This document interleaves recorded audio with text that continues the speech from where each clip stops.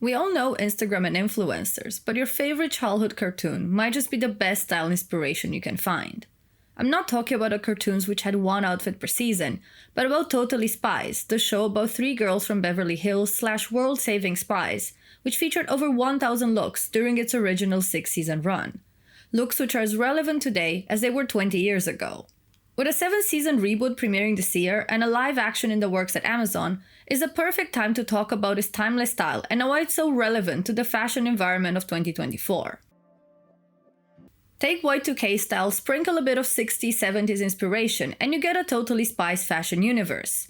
From low-rise jeans and crochet bolero tops to go-go boots and miniskirts, this seamless mix of iconic fashion decades is what makes it so relevant to the nostalgia-fueled fashion environment of today. Y2k fashion inspiration has transitioned in the past few years from maximalist, Paris Hilton-esque fits to a more subdued look, which mixes 90s minimalism with elements from the early millennium. Think early season Sex and the City or its LA counterpart Girlfriends. This, combined with the rising popularity of thrifting, means that organically mixing styles from different time periods is a distinctive characteristic of our contemporary fashion environment. So how did a kids' cartoon so accurately predict fashion trends more than 20 years after it aired?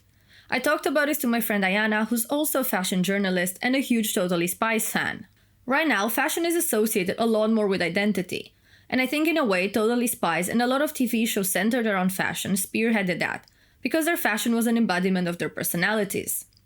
Compared to other cartoons or young adult TV shows from the time period, Totally Spies managed to not stereotype its characters through the clever use of clothing. For example, in Disney Channel shows, the nerd is a person with glasses, a big backpack, and a checker shirt. That's how people wanted to represent a nerd to look like. For Totally Spies, however, this was never the case. While Sam might have been the more nerdy one, her outfits never put her in a box and instead showcase her more mature personality through the use of vintage-inspired clothing, as opposed to Clover's eclectic style.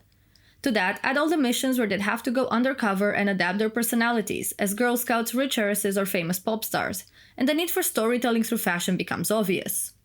To create the distinct aesthetic of Totally Spies, its producer, Paris-based Marathon Media, hired a trend forecasting agency named Promostill to help them design 1,200 timeless looks.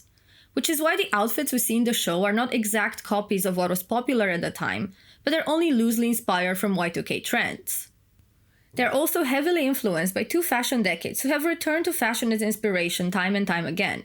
The retrofuturism of the 60s has been making a comeback this season, most evidently at Kiko Constantino's Spring-Summer 2025 show, inspired by vintage aviation uniforms, while the 70s-inspired boho chic has been omnipresent at Chloe in recent seasons. But besides being runway-ready in 2024, Totally Spies also offers a twist on the girlhood aesthetic of this past year. Girlhood as a fashion trend involves anything hyper-feminine, from the return of ballet flats and cute back charms to the lace and ribbon coquette trend to last year's bright pink Barbie-inspired looks. But on a deeper level, it engages our childhood nostalgia and the search for a middle ground between escapism and the real world. Sandy Liang, the queen of coquette fashion, has adapted her most recent collection to occupy exactly this space between childhood and maturity.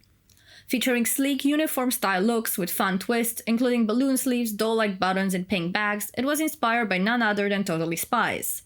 I'm obsessed with a uniform. I'm especially obsessed with spy gear this season. The spies in Totally Spies always had gadgets and clothes that were cute, but it was actually like a laser or something serious like that.